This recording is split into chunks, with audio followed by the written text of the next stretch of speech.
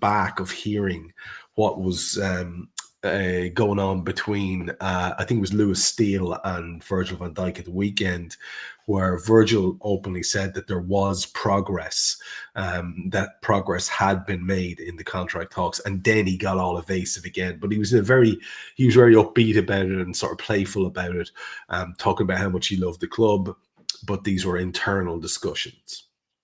And I think the contrast between that and when he was saying that anyone who's telling you it's done is a liar, that's pretty profound. I think everyone's excited about that. This evening, not Ornstein, but Paul Joyce is talking about the likelihood of Mo Salah being settled up with his contract quite soon.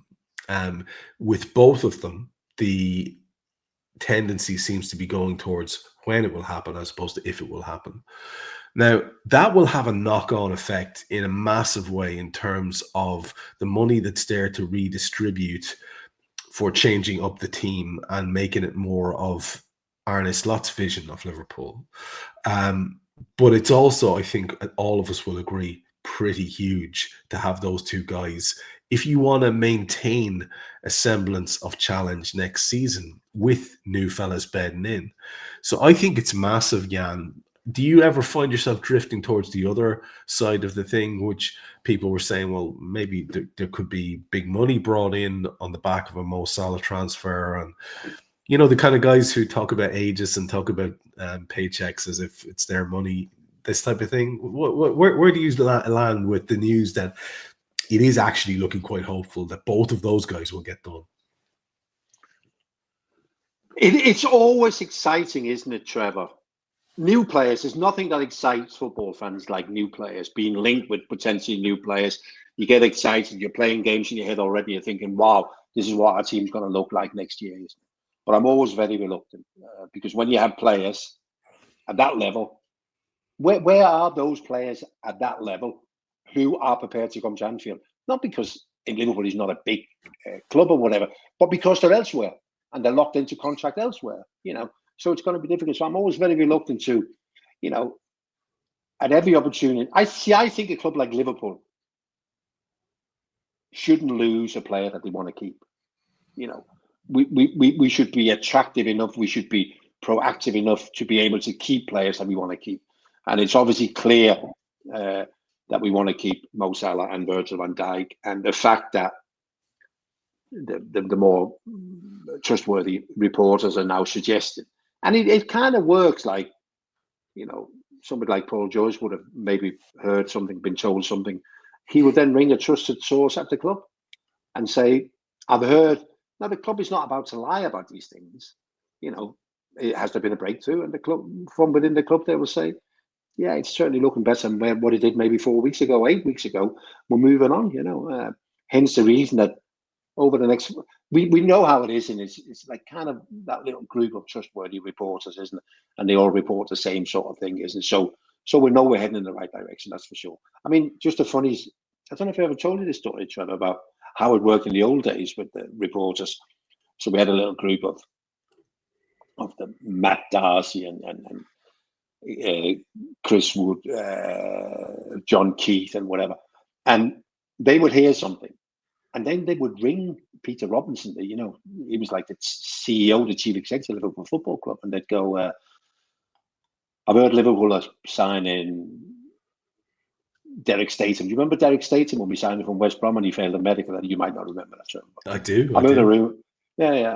I've heard Liverpool are signing Derek Statham. And Peter Robinson would just say, writing that story won't do your career any harm. You know, and honest to God, when you talk to them and say, you know, honest to God, yeah, and we rang him every day, you know, for 3 months. He always answered the phone. He always gave an answer without confirming, but I'm not sure editor is going to be pleased if you write that. You know what I mean? And I just think it's fascinating the way that football used to be, where there was a point of contact. It's a bit like when you're signing players, isn't it? You ring the opposition manager and go, can I buy A, B, and C or whatever? Is it? You know, now we go around the houses, don't we? And the reporters don't have any real links at clubs and whatever. I just love them stories. And you can imagine ringing up Peter Robinson every morning and go, you know, I've heard so and so. You know, I think that's fascinating, and it worked, didn't it? It worked. It kind of. I always think that Liverpool's it's been that type of a club, hasn't it? There's not as many leaks. There's not as many unnecessary rumours than we see maybe at some of the other clubs. That's so fascinating that the point of contact used to be the pinnacle of the sort of the behind the scenes aspect of the club. That is remarkable. It reminds me of, I read a book, I'm not sure if you're familiar with it, it's called Provided You Don't Kiss Me. It was written by a local Nottingham journalist about his time covering Forest, and during that time he developed a sort of a close contact with Brian Clough. Now, Clough might bollock him out of it one day. They might be drinking whiskey for 2 hours in his office the next day.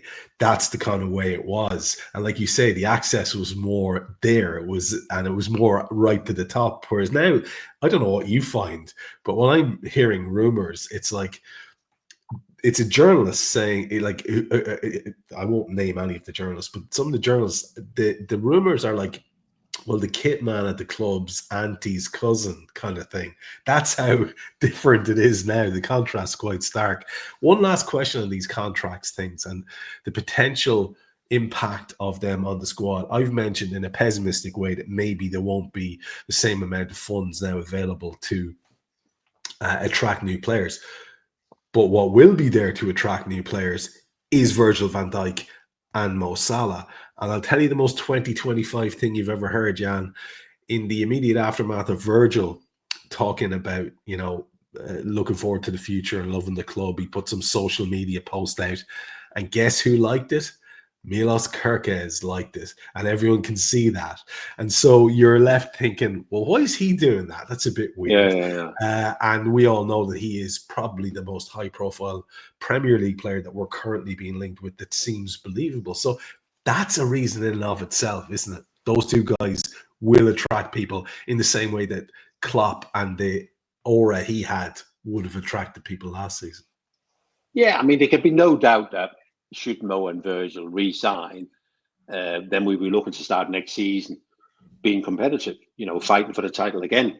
You lose them two players as well as possibly Trent going, and you're looking, and then then you have to convince players to come and convince the players that we can do this without these in it.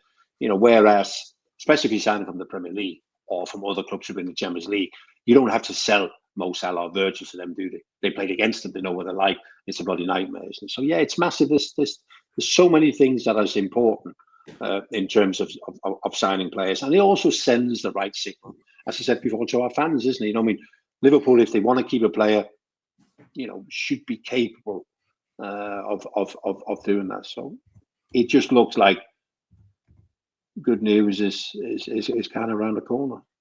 It does, and like, just for the final nail in the coffin, have you heard anything? Is there any more sort of local chat or chat amongst the higher echelons of the media that you would be working with around the Trent thing? Because his ongoing silence to me is the most obvious evidence that he is on his way, and it seemed to be all done bar the shouting there a couple of weeks ago, and then all we were hearing was, well, nothing signed yet. What's the feeling from the people that you've been speaking to with regard to Trent? There was a feeling, and this is a couple of weeks ago, that, what do you think about Trent? And somebody said, if he's not joining Real Madrid, it's some job they've done on Real Madrid, innit? Making Real Madrid believe that he was coming, it would be some job that if he didn't go. So, yeah, it looks like it's heading that way. It's one of them things, isn't it? Every now and again you lose somebody you don't want to lose. It looks like he's made up his mind that he might want to try something else in it. So we find somebody else and we go again, Trevor. I mean, that's another thing in it with Liverpool, isn't it? They plenty have left over the years. The club was always the most important. The star is the club, isn't it? Above any world-class footballer we might have, isn't it? And it'll be the same this summer.